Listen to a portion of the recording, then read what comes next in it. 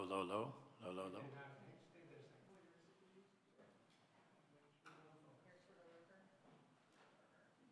Cheese. I have no announcements today. See me tomorrow.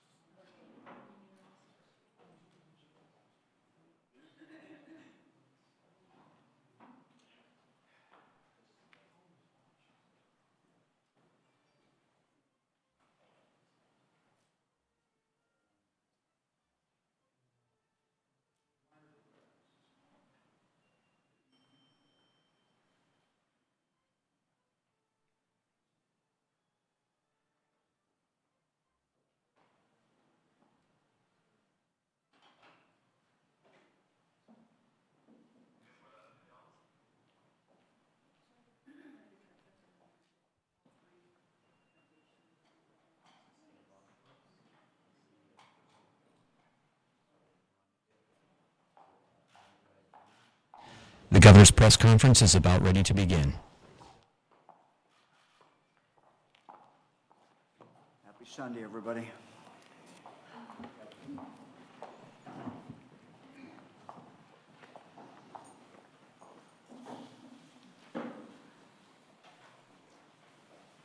Everybody set?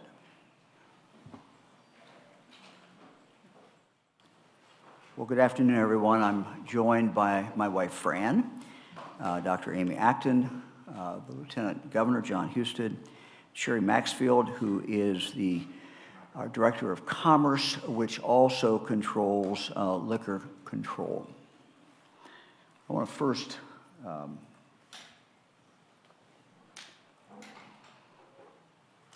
well, I'm looking at the screen. There it is. We'll go over here.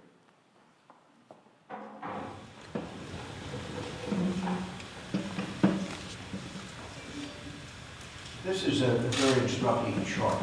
I talked about what we learned about the past pandemics, what we learned about the 1918 pandemic, and the comparisons between two cities, St. Louis and Philadelphia. And what we talked about is that we all want to be St. Louis and not Philadelphia. Well, with respect to my friends in Philadelphia. The chart shows St. Louis. This is St. Louis here, and how it progressed. This is Philadelphia, and how it progressed. And we talked about the fact that St. Louis took the right measures. They did not hide it. They were very open about it. Philadelphia went the other way. But what to me is particularly interesting is when you look at first case in St. Louis, October 5th. They started ordering social distancing October 7th, 2 days later. Here, first case in Philadelphia, September 17th. They didn't move until October 3rd. So you've got 16 days here, 2 days here. And so the point is that sometimes when we're asked, why are we moving? Why are we doing this now? We still have a relatively small number of people who have been confirmed to have the coronavirus. And the answer is, as Dr. Acton has pointed out, this always lags behind. And the deaths are way, way behind. And the confirmations are behind. And so we have consulted every expert that we can find and read everything we can read. And so we're relying in the decisions that we make on what we know and the best available scientific data that we can get our hands on. This morning, pretty early, I started getting some emails and texts from people in different locations in Ohio. And each one that sent me something, once actually sent a picture, were concerned about the crowded bars in their area last night. We talked about, and we've set a limit of 100 people. And we've talked a lot in the last few days about social distancing and the necessity of people remaining apart from each other, at least 6 feet. We also are learning, and we continue to learn as this moves forward, but how contagious this coronavirus is. Several things I've read indicate it's twice as contagious as the flu. We also know that it's much, much, much more deadlier than the flu. So this social distancing is absolutely vitally important. After looking at this picture, but also hearing from people, and literally these were from the Mahoning Valley to Cleveland to Southern Ohio, and all the same story. The concern also that I have, and that the people who are contacting me, is that one of our happier days of the year, St. Patrick's Day, is coming up. And we're 2 days away from St. Patrick's Day. St. Patrick's Day, when people get together and crowd into bars. And so based upon all of this, and based upon the fact of where we are at this point in this pandemic, we are literally at a crucial stage. Dr. Acton will be signing an order that all bars in the state and all restaurants will close at 9 o'clock tonight. How long this order will be in effect, we don't frankly know. It will be in effect as long as it needs to. To clarify, carry-out food is still allowed and certainly encouraged. We have some great restaurants. We have some that deliver food, maybe more that will be delivering food now. And so those are still open. The restaurant can stay open. That can take place. We hope it does take place. Some of our great places to eat, I know, have carry-out, and maybe more will be encouraged to do this. This is not a decision. Well, let me just, again, clarify. If you can walk in and buy a donut, or buy coffee, walk in, buy coffee, and walk out, that's okay. What we can't have is people congregating and people who are seated. So carry out is fine. Delivery is fine. I have some understanding of what this order will do. And I think of all the places that I've eaten across the state of Ohio, many small business owners who this is going to hurt greatly. I'm also aware of the many fine people who work in these establishments, work in these restaurants, work in the bars, who will not have a job. I'm going to ask in a moment the Lieutenant Governor to talk about some of the things that we're going to do, and there will be more to try to mitigate this and mitigate the suffering. But I understand, have some idea of that suffering, and I can't tell you how sorry I am. Our goal is for everyone to get through this. What we wish is that next St. Patrick's Day, everyone will be there.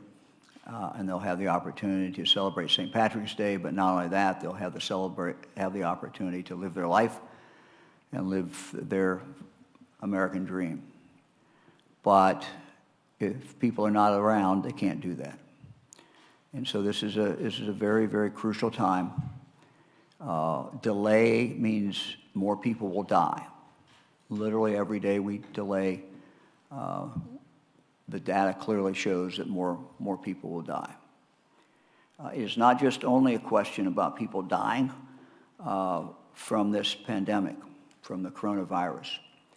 It is also a case that if we do not act and stop and break up these groups and get some distance, people, if we do not do that, our healthcare system in the state of Ohio will not hold up.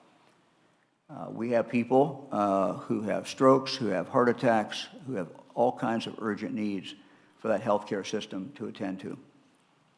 So the loss will not only be those individuals who might be not be able to get a respirator, not be able to be treated because of the coronavirus. The danger is not only to them, it is to everyone else who does not get this, and everyone else who needs to be treated. And so all the actions we are taking for this very specific purpose in mind. I'm going to ask, let me just say one thing about the small business men and women. It is the small businesses that in an order like this are hurt the most. I'm fully aware of that. My family was in a small seed company, part of it retail, for about 70 years, started by my grandparents. I know how tough it is in small businesses. There's also been many DeWines who have run restaurants and many DeWines who have run bars. And so I have some understanding of this. Let me ask Dr. Acton to come up, and then I'll ask the Lieutenant Governor. Dr. Acton can give you an update of really where we are and some of the rationale behind this decision. The Lieutenant Governor will talk about what we're getting ready to start, what we've already been doing, the phone calls that have been made in regard to unemployment and in regard to other things that we're going to be doing to mitigate the suffering that will be caused by this order. Amy? Thank you, Governor. Good afternoon, everyone. As you know, we've been trying to tell you everything we know as we know it, and I've given a series of little science lectures, so to speak, to try my very best to translate this as a doctor to my patients, which is the 11.7 million people of Ohio. My team's putting together the past press conferences we've had and snippets from that because I can't start from the beginning and take us all there today. But I'm going to give you a few things that I want you to keep in mind, go over again why our healthcare system not being overwhelmed is so vitally important. And I'm going to talk a little bit about how every day and every one of us and what we do matters, and try to give a little bit of guidance for the folks, what you can do at home and what we need to do for the most vulnerable among us. So starting with what we know today, it is getting increasingly hard to give you numbers that are accurate because it's pouring in so quickly. We have data from our labs. We're still awaiting some of the private data, but I'll give you what we knew as of 2 p.m. We do know that we have 36 positive cases and at least 350 pending people under investigation, and that's just in our lab. The illness onset is from February 7th through March 13th. And I want to pause there for 1 second and say, this is absolutely important for everyone in this country to understand. I saw Dr. Fauci, Dr. Gottlieb on the news today trying to explain this to people. And I've said this before, cases can be very misleading to the public because it's a past historical event. Because of our lack of testing, cases are just the tip of the iceberg. And in reality, it's not the numbers of people you have the numbers going around. We will not have an accurate picture of that. We'll never know accurately who all, but we'll get closer as we look back in history on this. But it's not, the cases are the tip of the iceberg. There are many cases out there that are undetected. And more importantly, there are many asymptomatic people.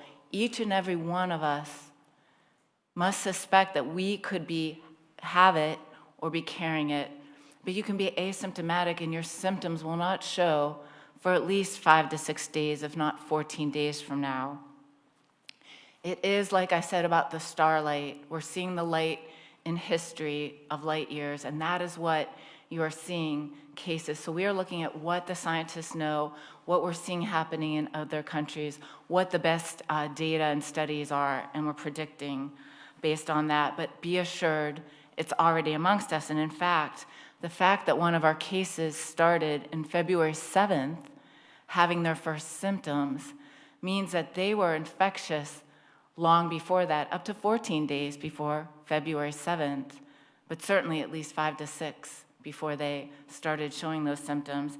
And then they probably thought, like most of us probably did back in February, that we had a cold or perhaps the flu and lived through it.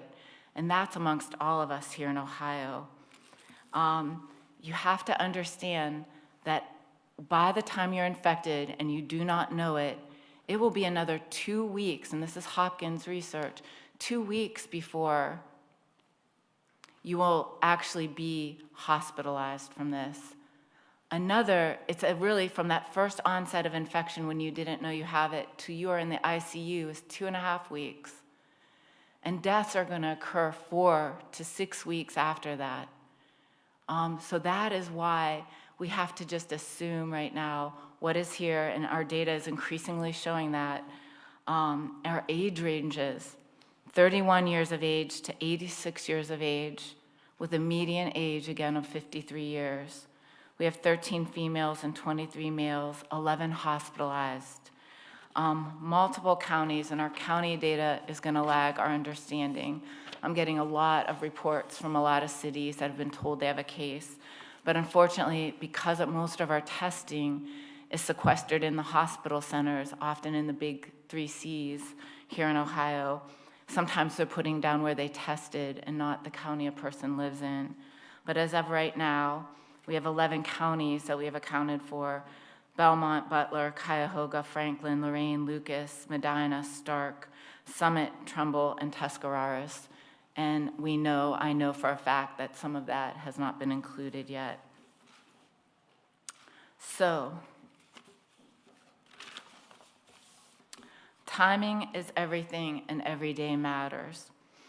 All of this is about the hospital surge that you're hearing about. It's about what I believe Newt Gingrich just wrote about today, what he's seeing on the ground in Italy, saying we have to act like this is a war. It's a war on a virus.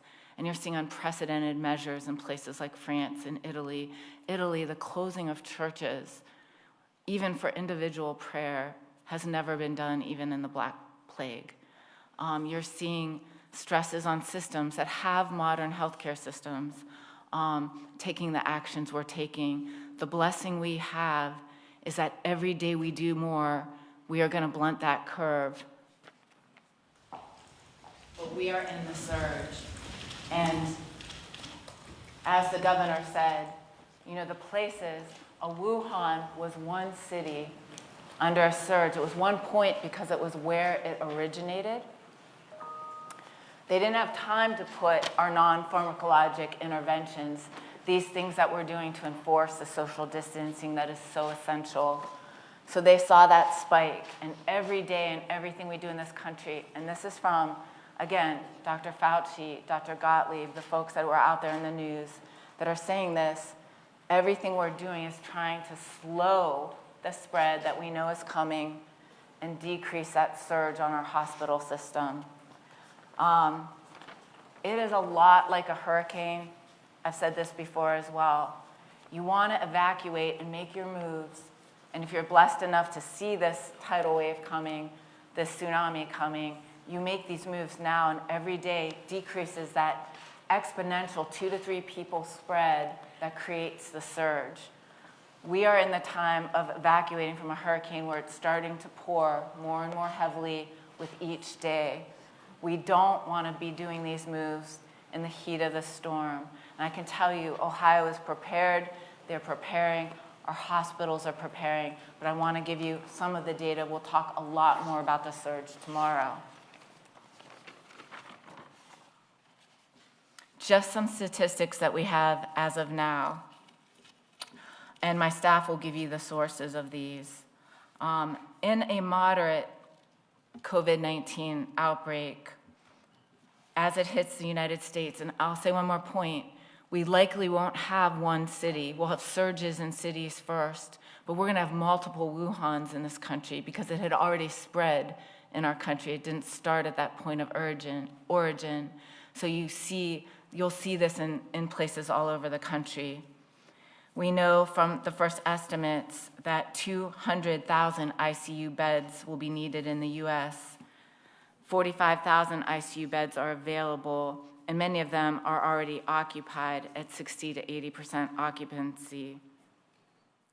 We know that we have approximately 160,000 ventilators available. I heard Dr. Gottlieb use words this morning.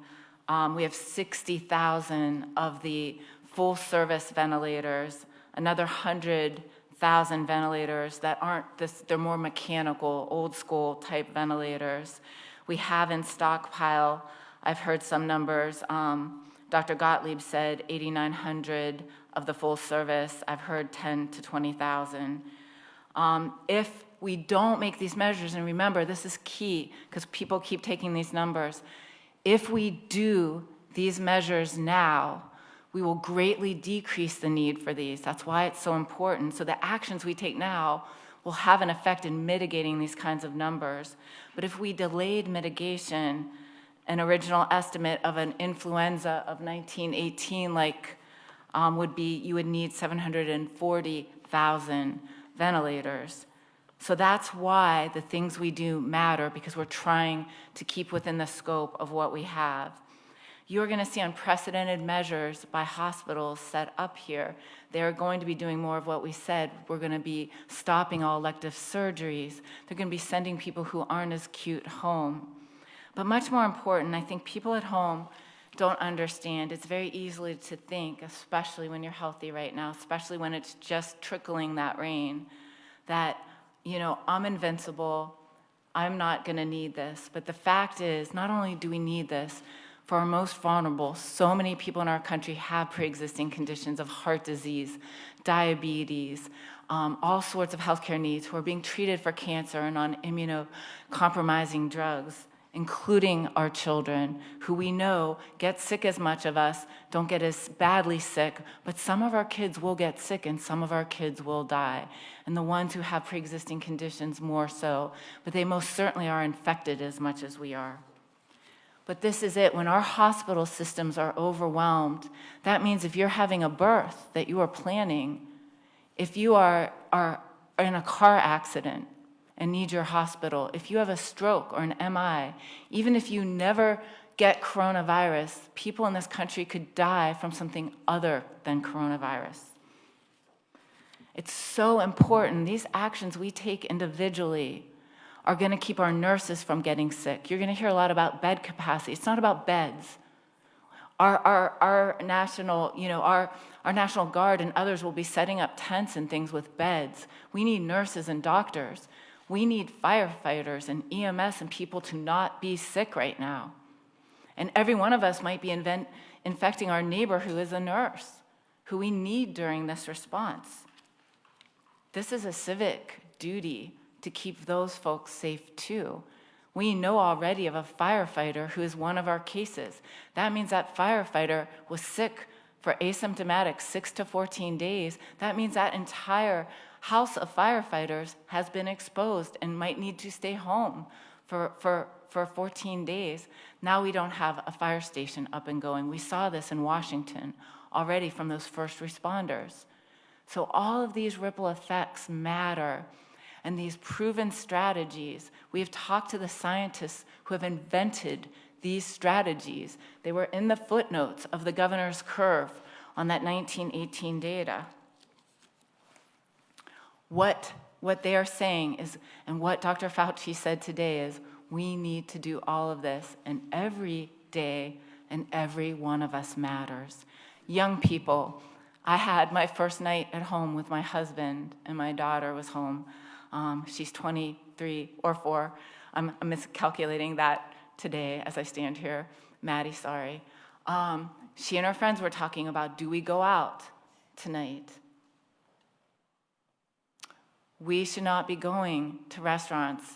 Now, no, we rely on restaurants. 50% of us get our food from them now, and that's why the carry-out and delivery is still so needed, because we need that, because there's so much pressure on our stores right now. But if it is not essential, you should not be doing it. And young people, you know, you're part of this, absolutely part of what I'm talking about. And we'll have more communications on how you can help during this, because we're going to need your help as well. This is disproportionately going to hit the most vulnerable amongst us. There is no doubt of that. We've predicted this all along. All over this state, philanthropies and nonprofits are working tirelessly. We're going to work on the needs of the homeless population. We're going to work on all of this. And these policies will layer on day after day. We won't have them all in the big day, but the state of Ohio has moved all the big rocks, the most important breaks we can put on spread, and we'll keep layering those on day by day. And as the Lieutenant Governor will share with you, we will keep building supports.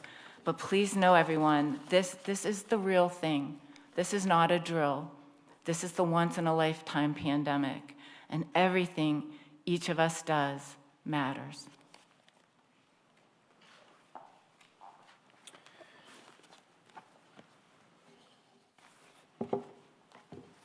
Good afternoon.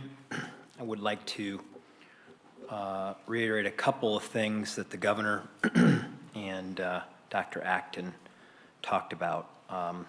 First, though, I want to thank the Restaurant Association and the restaurants and bar owners who spent time with us today, helping us work through these policies to make them as impactful from the standpoint of health benefits, and also helped us work through how we can minimize the economic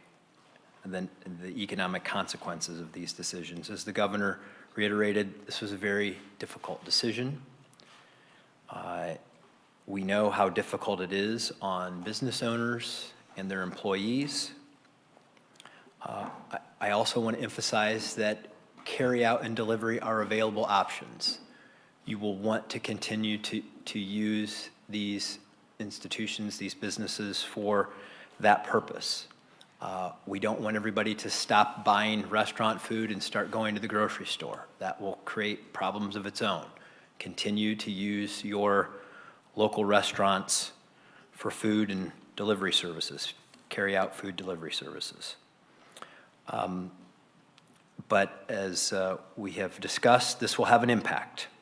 And so the governor is going to sign an executive order regarding unemployment compensation. This will assist Ohio workers directly impacted by the COVID-19 health emergency. He will be issuing this executive order that will make several changes to Ohio's unemployment law and state agency policy to enable workers who do not have paid leave benefits to access unemployment benefits during this period of emergency. We will be broadening the current state policy to clarify that individuals that are quarantined by a health professional or by their employer are considered to be unemployed and will not be subject to the requirements to actively seek work during the period of this emergency. This also applies to companies that determine it is necessary to temporarily shut down operations due to the current emergency. Ohio currently has a 1-week waiting period before an individual can receive unemployment benefits. In the order, it will expedite payments to impacted Ohioans and we will be waiving that delay, that 1-week delay for eligible workers to receive their first week's unemployment payments and applications. Because we do not want to penalize individual employers for the impact of this outbreak by increasing their future unemployment taxes, the cost of these additional benefits will be mutualized.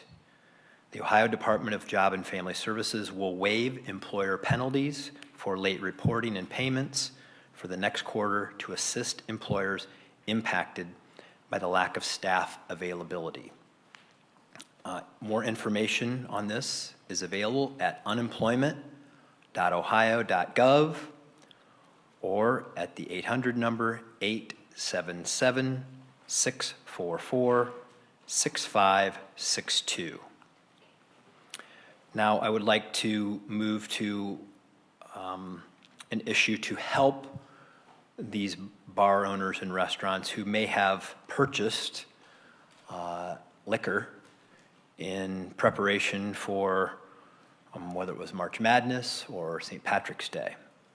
The administration has been working with Jobs Ohio and the Department of Commerce, along with the Restaurant Association and the Ohio business community and the Division of Liquor Control to identify ways the state may be able to provide this relief. As a result of these conversations, bar and restaurant owners now have the opportunity to return unopened, high-proof liquor products to the agency where they bought them.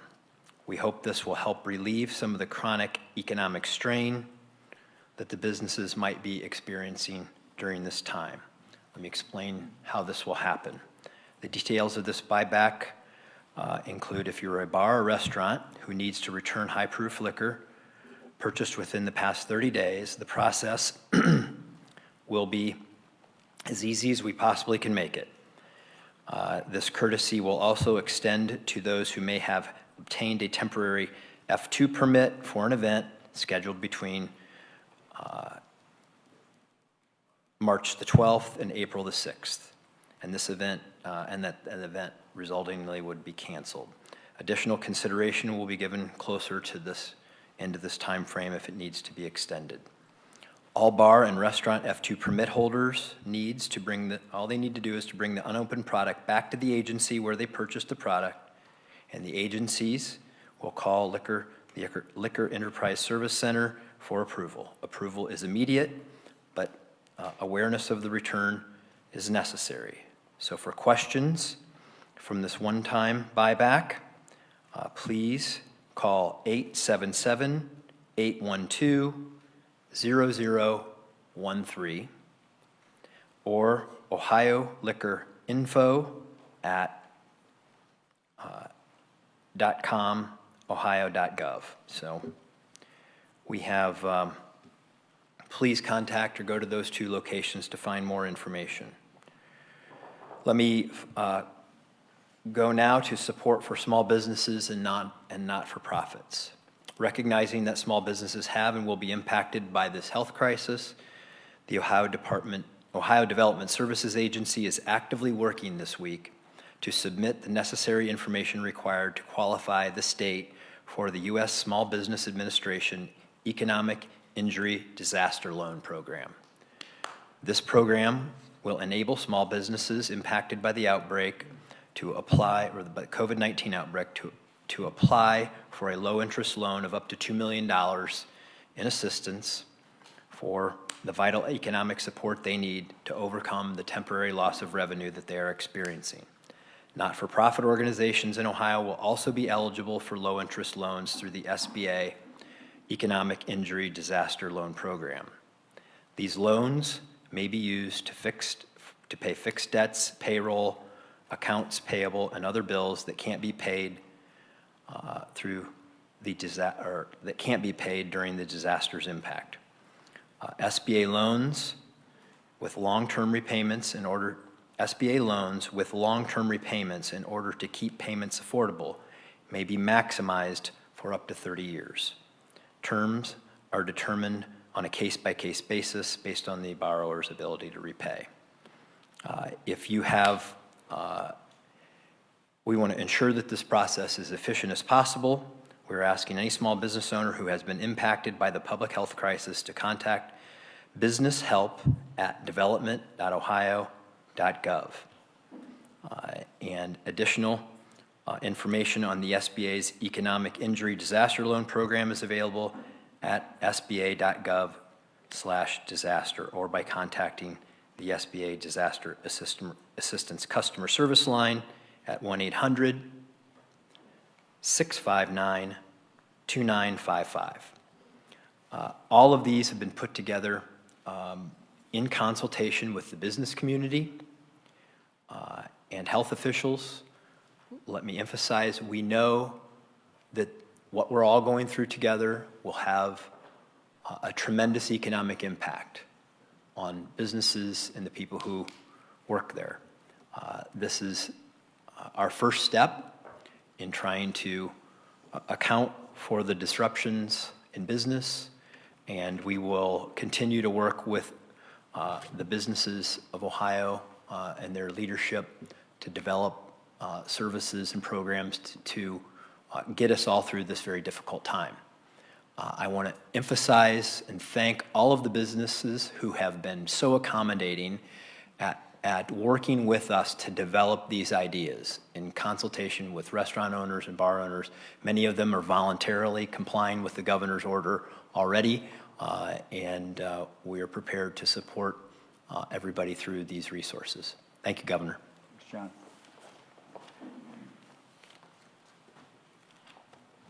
Just a few things that are coming up. Our most vulnerable population is our elderly. One of the programs that is been utilized for many, many years, and that's so very, very important, is feeding program. Senior centers congregate meals together. At some point in the future, those will have to end.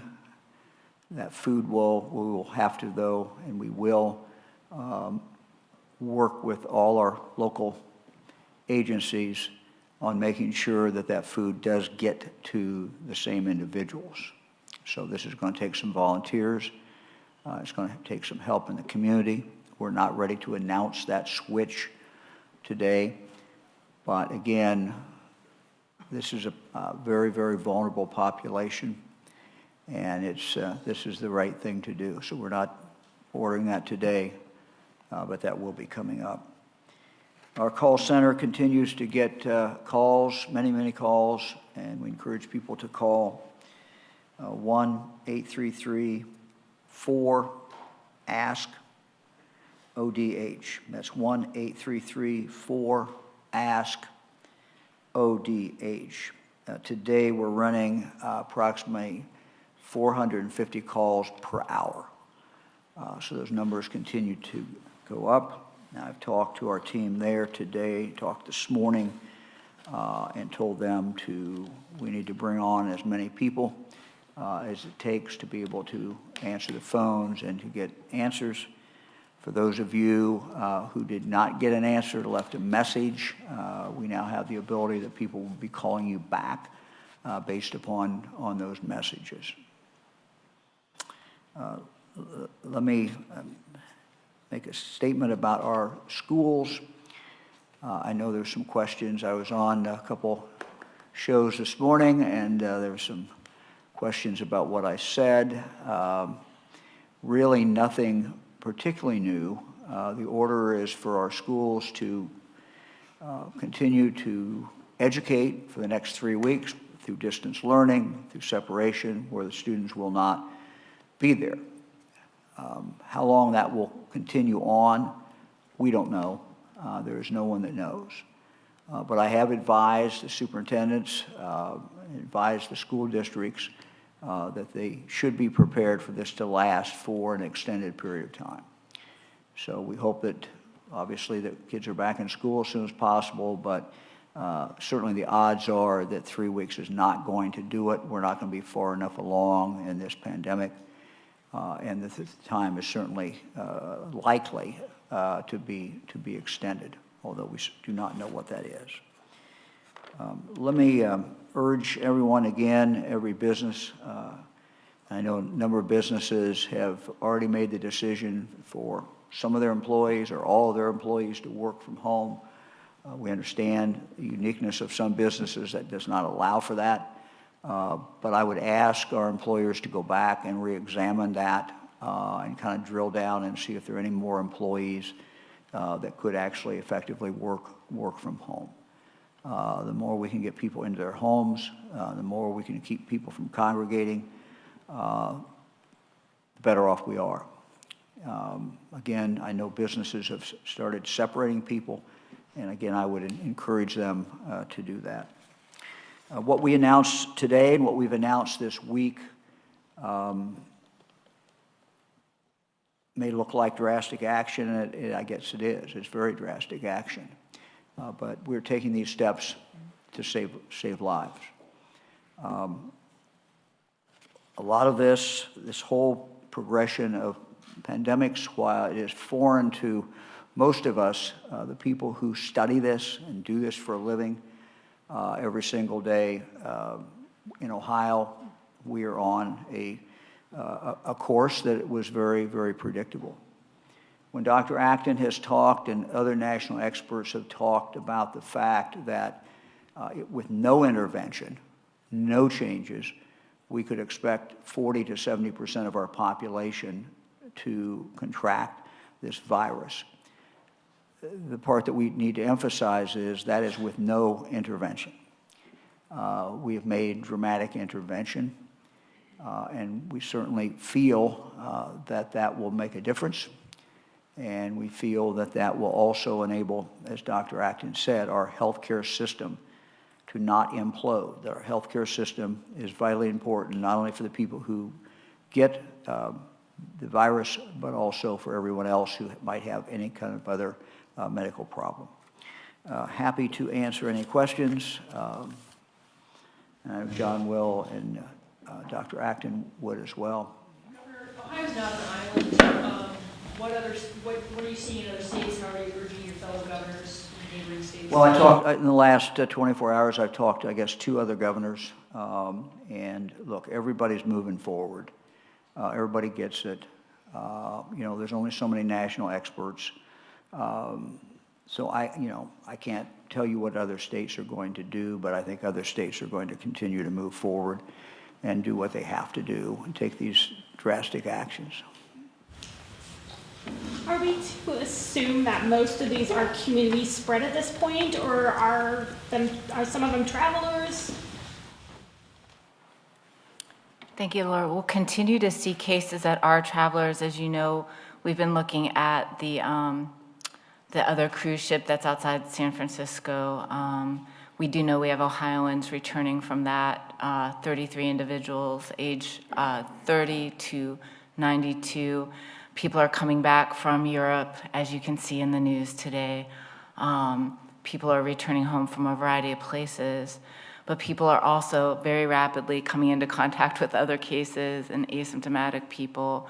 We have broad community spread in the state right now that we can actually see with the data we do have, and we're assuming the rest, as we're seeing again around the world. We can assume that now.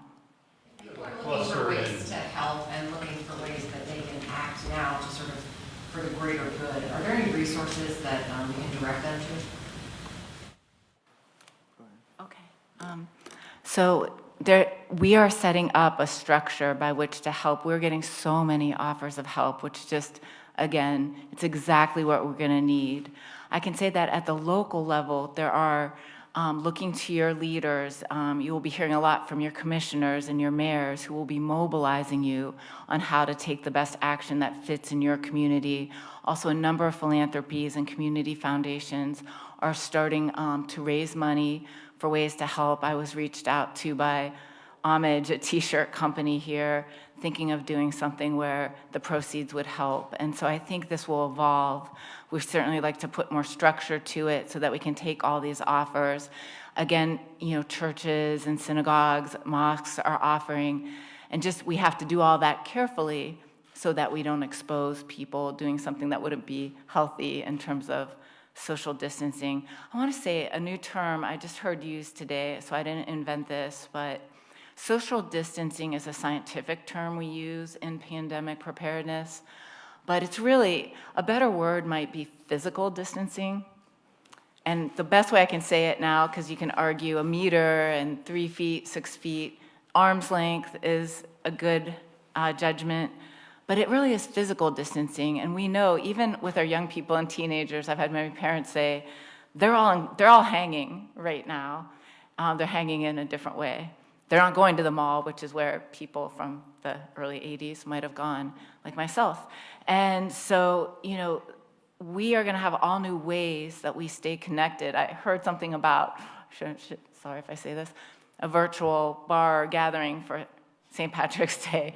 So, people we're going to stay together, folks. So this isn't socialism. We need each other more than ever. We need to be using the iPad and the iPhone and FaceTime and the great technologies we have to stay close, because we need each other during this. This is something we will all have to get to together. And I want to make one small plea. We've got to take the politics out of this. We just have to. This is a time of national emergency, and this isn't a time for folks to, whether you believe me or you believe the national experts, this will all become so clear to all of us day by day as we get our heads around it. This is a time for us all to pull together. Governor, you mentioned seeing pictures of people at bars. I've seen a lot of pictures today of long lines at early vote centers. Why shut down the bars and keep the elections still on? Well, the elections, first of all, we've been voting for 4 weeks. The voting is spread out. Second, people have the ability to separate at the elections. It is not a mass gathering. It does not come under that qualification as a mass gathering. It's important for us to be able to exercise our constitutional rights, and to interrupt an election in the middle of it poses some very, very serious consequences. I know I've talked to the Secretary of State. He's going to have some clarifications tomorrow morning, so I'm not going to, that's his job and his expertise, but he's going to have some things to say, I know, tomorrow morning.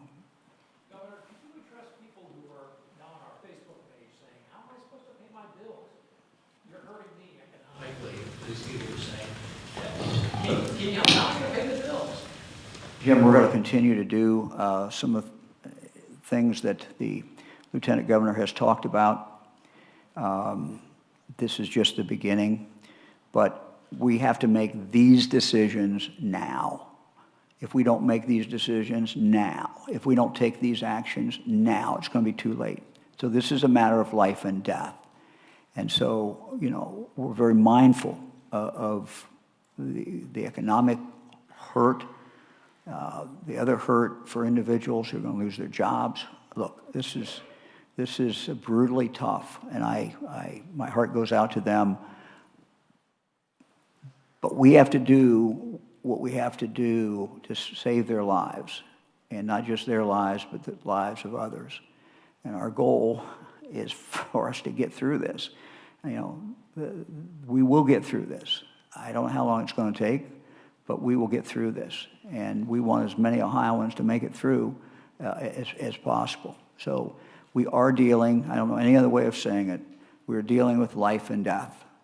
And for us to not take these actions today will cost lives. People will die if we do not make these decisions.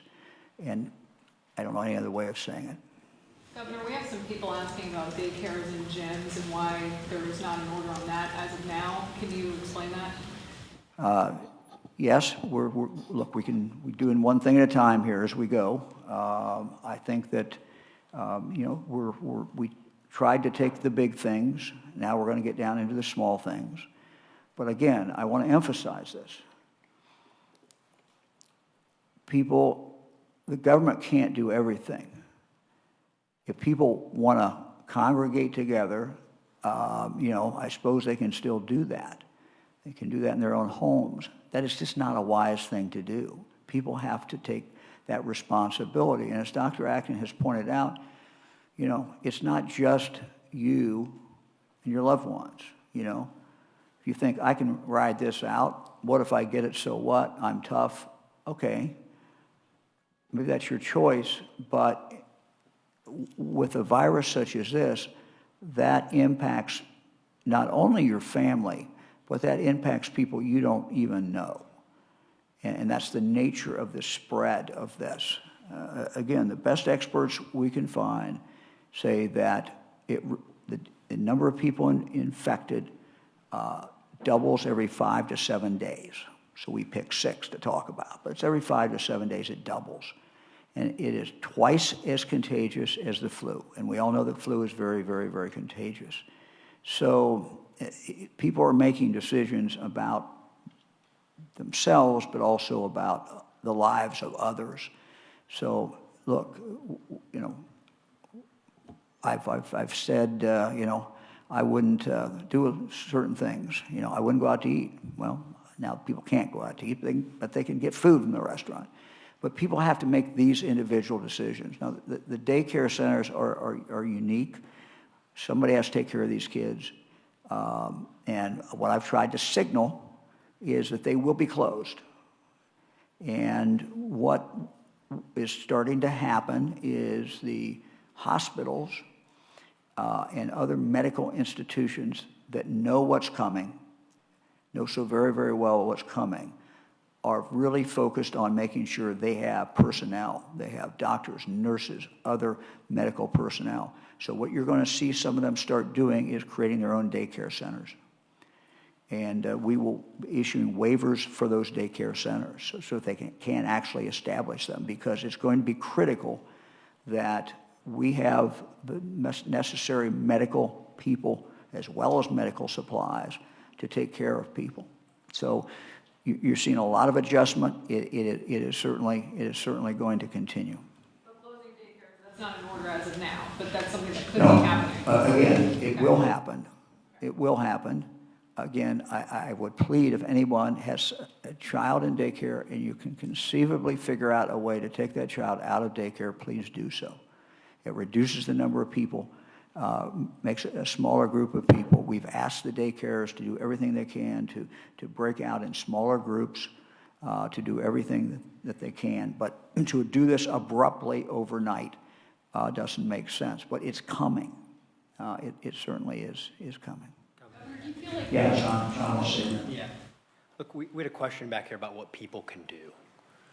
If your neighbor is a nurse and you know that she has a child or he has a child that is not going to be at school and they need help, that's something you can do, particularly if you're younger and you're in a lower risk part of the population. Help them out. Help people out who are going to struggle by being a great neighbor, by being a great family member, by being a great friend. If you know of a business owner who's having a difficult time as a result of this, find a way to help them. We all have to pitch in here, and governor's not going to be able, and I'm not going to be able to tell everybody how to solve every problem, but if you have the right kind of community spirit and you understand that we're all in this together and that all of us can contribute something to making somebody else's life better, we will all get through this much more beneficially. So whether it's donating blood, call your Red Cross, whether it's dropping off some food at the food bank, whether it's dropping off a meal to an elderly person who may not, go out to one of those restaurants, pick up some extra carryout, and drop it off at your neighbor's doorstep who maybe shouldn't go out. These are all things that we can do to collectively help all of us get through this together.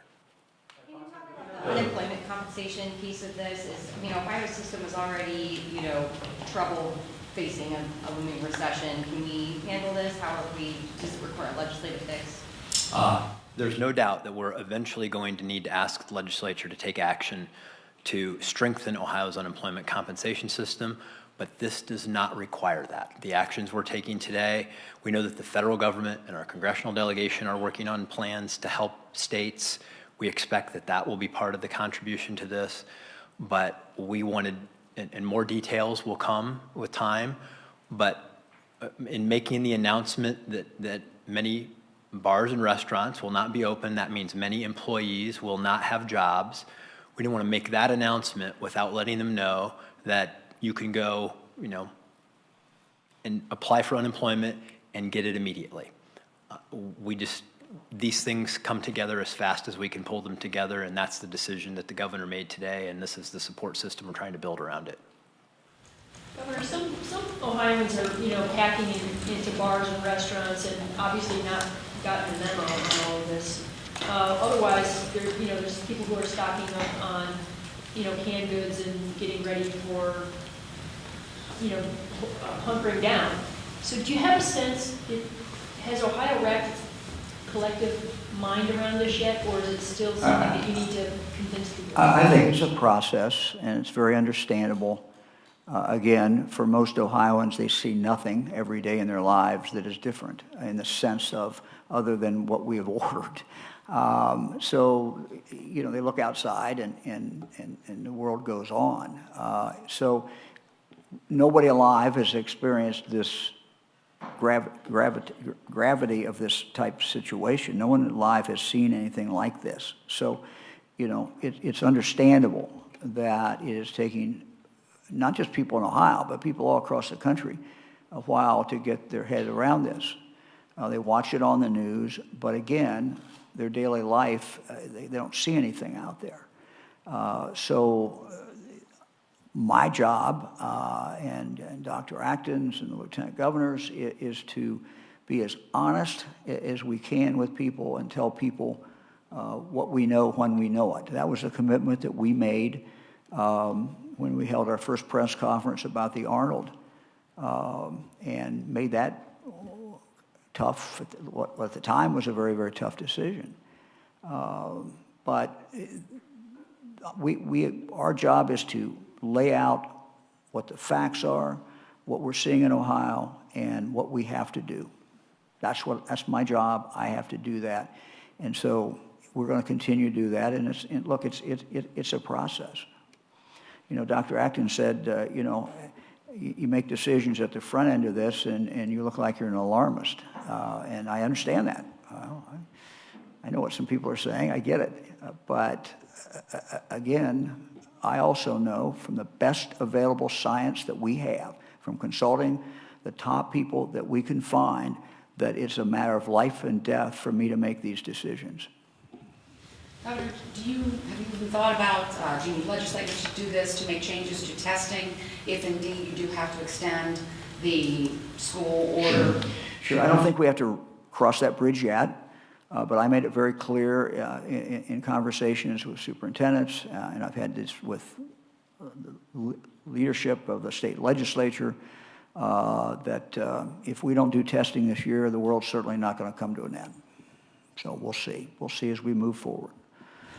Let's stay safe. Let's try to continue to educate the kids. Let's kind of stay focused on the things that we can impact, and that's going to be my focus. And so, but I want to assure people that we're not going to, and parents and students, that we're not going to be asking them to do things that they can't do, and we're not going to be asking them to focus on tests if that's going to really get in the way of, what they're doing over the next few months. Governor, you've made it clear so much of this is up to individual people, individual decisions, but are movie theaters, places like that going to be open right now, or no? Well, movie theaters, if they can comply, but what you're seeing is most movie theaters I'm seeing looks like many are closing. I know that there's a small theater in the Columbus area that has got spacing out. They've decided to do the spacing. So look, we got to keep our focus on what's important and what the goal is. What the goal is to keep people apart. So if they can keep a reasonable distance apart, as much as life can be normal, we're going to allow that to be normal. Governor, have you given any thought Implementing like a statewide curfew or anything like that? No. Have you looked at service industries? I'm talking about the ones where you have to be close. Barbers, beauty salons, massage therapists, acupuncturists. Is that on the list somewhere? Jim, this is evolving. Our focus has been on getting the big things where we get the most impact.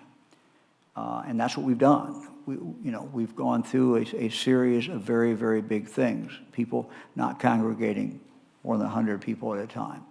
What the orders were today in regard to the bars and the restaurants. Closing the schools.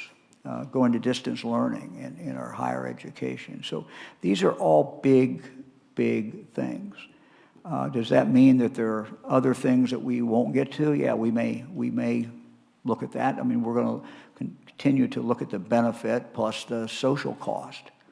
And make those calculations. But it was important to get the big things and get them done. And that's how you have the most impact. As Dr. Atkins says, you get 80% of it right, we're going to make a huge difference. Okay, thank you all. We'll take the last one. This is for Dr. Atkins.